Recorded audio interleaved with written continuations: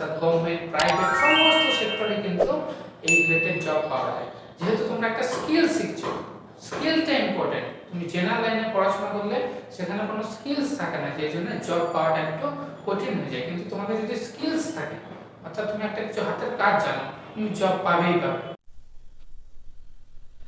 মাধ্যমিক পরীক্ষা তো শেষ হয়ে গেল, তাই তো?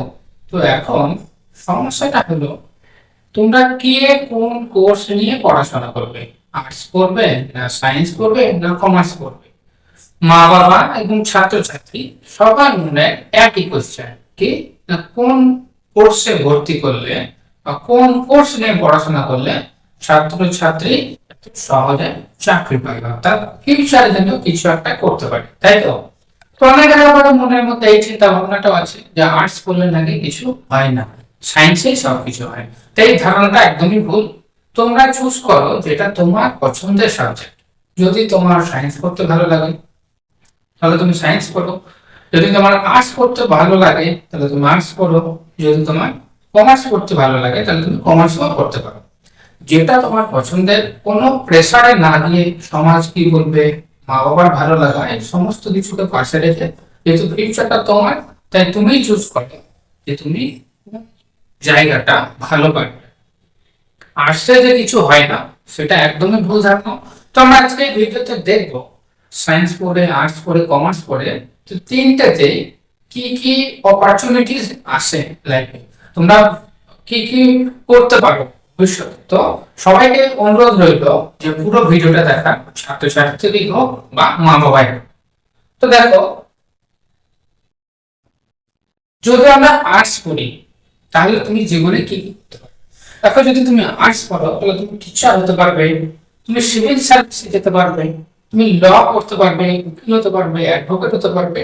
এছাড়াও তুমি জার্নালিজম অ্যান্ড মাস কমিউনিকেশন অর্থাৎ রিপোর্টার হতে পারবে, রিপোর্টার, নিউজ অ্যাঙ্কর, এগুলো হতে পারবে। সিভিল সার্ভিসের মধ্যে দেখো কি কি পড়ে। যদি তুমি টিচার হও তাহলে তোমাকে হায়ার এডুকেশনের দিকে যেতে হবে, গ্র্যাজুয়েশন, এমএ, বিএড এরকম। যদি তুমি সিভিল সার্ভিসে যেতে চাও তাহলে তুমি ডব্লিউবিসিএস দেবে, ইউপিএসসি দেবে, এসএসসি দেবে, রেলওয়ে, ব্যাংকিং, এই সমস্ত চাকরিগুলোর ক্ষেত্রে কিন্তু আর্টসের প্রেফারেন্স বেশি। কেন? এই সমস্ত এক্সামে ইংলিশও আছে, হিস্টোরি, জিওগ্রাফি, কারেন্ট অ্যাফেয়ার্স, এই সমস্ত কিছু থাকে, সেই সাথে ম্যাথ থাকে, কিন্তু ম্যাথের থেকে বেশি ইম্পর্টেন্ট হলো তোমার আর্টসের সাবজেক্ট। এছাড়া যদি তুমি ল পড়ো তাহলে তুমি বিএ, এলএলবি এগুলো করবে, অ্যাডভোকেট হবে, লিগ্যাল অ্যাডভাইজার হবে, জাজ হতে পারবে, কোর্টের জাজ।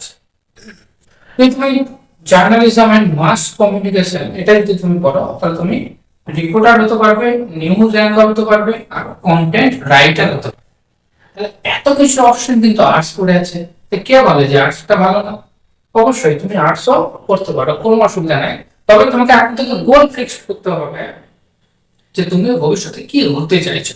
তুমি যেটা হতে চাইবে তুমি সেই রকম ফোকাস করে, সেই জিনিসটা ফোকাস করে তুমি সেই রকম এই ফিউচার আফটার এইচএস তুমি সেই কোর্সে গিয়ে ভর্তি হবে এবং সেটাকে অ্যাচিভ করবে।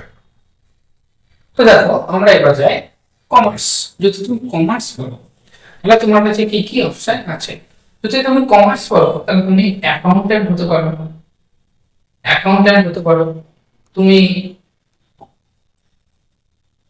ব্যাংকিং এন্ড ইন্স্যুরেন্স অ্যাডভাইসর এটা হতে পারো, তুমি বিজনেস ম্যানেজমেন্ট এটা হতে পারো, তুমি চার্টার্ড অ্যাকাউন্ট্যান্ট। এইগুলো তোমার কাছে অপশন আছে যদি তুমি কমার্স পড়ো। তুমি আফটার এইচএস তুমি এইগুলোর মধ্যে যে কোনো একটা কোর্স ভর্তি হয়ে যাও,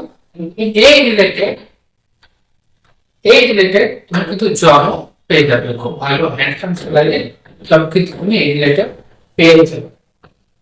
তো এটার জন্য তোমাকে কি কি পড়াশোনা করতে হবে।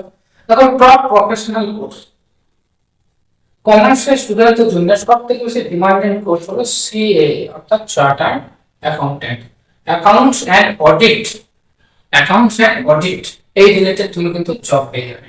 সিএস কোম্পানি সেক্রেটারি, প্রত্যেকটা কোম্পানি তাদের একটা সেক্রেটারি দরকার হয় কোম্পানিকে ম্যানেজমেন্ট করার জন্য। তো সেই জব কিন্তু জেনারেলি তাদের হয় যারা কমার্স নিয়ে পড়াশোনা করে তাদের। CMA cost and management accountant এটা পড়াশোনা করতে পারো। এছাড়াও তুমি বিবিএ অর্থাৎ ব্যাচেলর অফ বিজনেস অ্যাডমিনিস্ট্রেশন এই কোর্সটা যদি পড়াশোনা করো কোম্পানিতে কিন্তু এর একটা ভালো ডিমান্ড আছে। তা তুমি বুঝতে পারছো, কমার্স যদি তুমি করো তাহলে তোমার কাছে এতগুলো অপশন খোলা আছে, তুমি এইগুলো নিয়ে যে কোনো একটা নিয়ে পড়াশোনা করো, তুমি সেই রিলেটেড সরকারি অথবা বেসরকারি কিছু না কিছু জব পাবে। দেখো নেক্সট আমরা দেখছি সায়েন্স এরিয়ার অপরচুনিটি। যদি তুমি সায়েন্স পড়ো তাহলে তোমার কাছে কি কি অপশন আছে? সায়েন্স যদি তুমি পড়ো, তুমি NEET NWT NEET NEET exam crack করে তুমি ডক্টর হতে পারো। বিভিন্ন রকম ডক্টরের ভাগ আছে। তুমি ডব্লিউ জেই বা জেই মেন এটাতে ইঞ্জিনিয়ার হতে পারো। তুমি প্যারামেডিক্যাল স্টাফ অর্থাৎ যে হসপিটালে যে শুধু ডাক্তার নার্স থাকে তা নয়, বিভিন্ন রকম প্যারামেডিক্যাল স্টাফও হসপিটালে থাকে, যারা ব্লাড টেস্ট করে, যারা এক্সরে করে, যারা এমআরআই করে, যারা ফিজিওথেরাপি দেয়, এরকম অনেক রকম কোর্স হয়। তুমি সেই কোর্স নিয়ে যদি পড়াশোনা করো তাহলে কিন্তু ইজিলি চাকরি পাওয়া যাবে। প্রত্যেক বছর এই রিলেটেড কিন্তু রিক্রুটমেন্ট হয়, কারণ এটা ম্যান্ডেটরি রিক্রুটমেন্ট। এছাড়া তুমি নার্সিং পড়তে পারো। এছাড়া তোমার কাছে সায়েন্স পড়ে আরো অপশন আছে, যেমন তুমি ডাটা সায়েন্স এইটা নিয়ে পড়াশোনা করতে পারো। তুমি এইটা নিয়ে পড়ো তাহলে তুমি ডাটা অ্যানালিটিক্স অথবা ডিজিটাল মার্কেটিং অথবা বিজনেস ইন্টেলিজেন্স অ্যানালিস্ট এই তিনটে নিয়ে যদি পড়াশোনা করো গ্র্যাজুয়েশনে, তাহলে তুমি খুব কিন্তু ভালো ভালো জব পাবে, যেগুলো কিন্তু তোমাদের টিসিএস বলো, ইনফোসিস বলো, পুরো এই যে বড় বড় কোম্পানিগুলো আছে, এরা কিন্তু এই রিলেটেড জব কিন্তু প্রত্যেক বছর হায়ার করে থাকে। তুমি হাই স্যালারি হ্যান্ডসাম স্যালারি কিন্তু জব তুমি ডাটা সায়েন্স করতে পেয়ে যাবে। এরপরে দেখো আমি যেটা বলছিলাম হেলথ সেক্টর, মানে ডাক্তার আর নার্স ছাড়া আরো যে যে সমস্ত জব গুলো হসপিটালে হয় বা বিভিন্ন রকম বড় বড় নার্সিং হোম, অ্যাপেলো টাইপের বড় বড় নার্সিং হোমে এই রিলেটেড কিন্তু জব হয়ে থাকে। যেমন ইসিজি টেকনিশিয়ান, যারা ইসিজি করে থাকে, DPD diploma in physiotherapy, dialysis technician, আর ডিওপিটি ডিপ্লোমা ইন অপটোমেট্রি, এতগুলো কোর্স কিন্তু তোমাদের কাছে খোলা আছে। তাহলে তোমরা সায়েন্স পড়লে এই সমস্ত যে কোনো কোর্স ডিপ্লোমা যদি জাস্ট 2 বছর 3 বছরের জন্য যদি করে থাকো, তাহলে কিন্তু তোমার কাছে এত জবের অপশন আছে।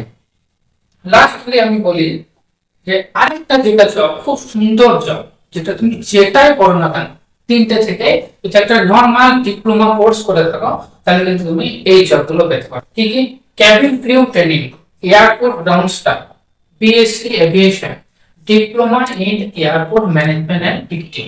তোমরা যে আচ্ছা সেই এয়ারপোর্টে দেখবে অনেক রকম স্টাফ হয়, তো তোমাদের হয়তো মাঝে মধ্যে মনে হতে পারে যে এটা চাকরিটা কিভাবে দেবে। তো চাকরিটা ওরা এই যে কোর্সগুলোর নাম বললাম, এই কোর্সগুলো যদি তুমি আফটার এইচএস পড়ে নাও, 2 বছর কি 3 বছরের কোর্স হবে, তা তুমি এই রিলেটেড কিন্তু জব পেয়ে যাবে, উড়ে উড়ে বেড়াতে পারবে। বুঝেছো? ক্যাবিন ক্রিউ টিম দেখবে যারা প্লেনের ভিতরে যে কিছু লোক থাকে, যারা প্লেনের ম্যানেজমেন্ট করে, তারা এই জব করে। এয়ারপোর্ট গ্রাউন্ড স্টাফ, এয়ারপোর্ট ঢোকার পর থেকে গ্রাউন্ডে অনেক লোক কাজ করে, তারা হলো এয়ারপোর্ট গ্রাউন্ড স্টাফ।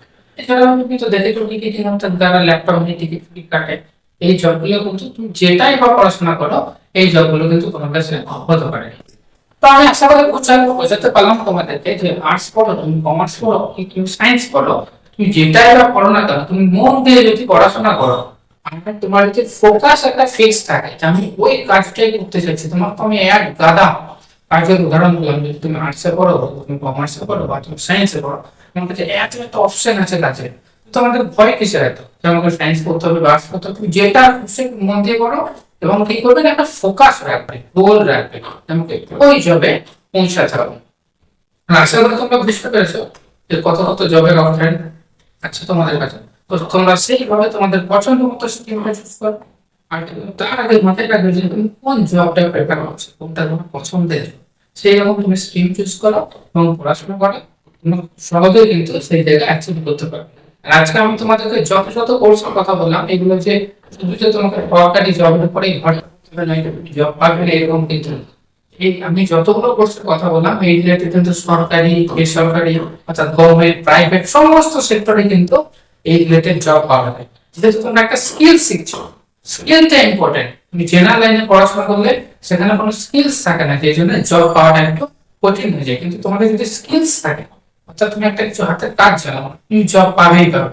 তো দেখা হচ্ছে পরবর্তী ভিডিওতে। যদি ভালো লেগে থাকে ভিডিওটা, অবশ্যই একটা লাইক করে দিও এবং কমেন্ট আমাকে সবাই জানাও যে কার কোন জবটা পছন্দ, কোনটা করতে চাইছো ভবিষ্যতে এবং কে কোন স্ট্রিম নেবে, তো সেটা আমাকে একটু জানিও।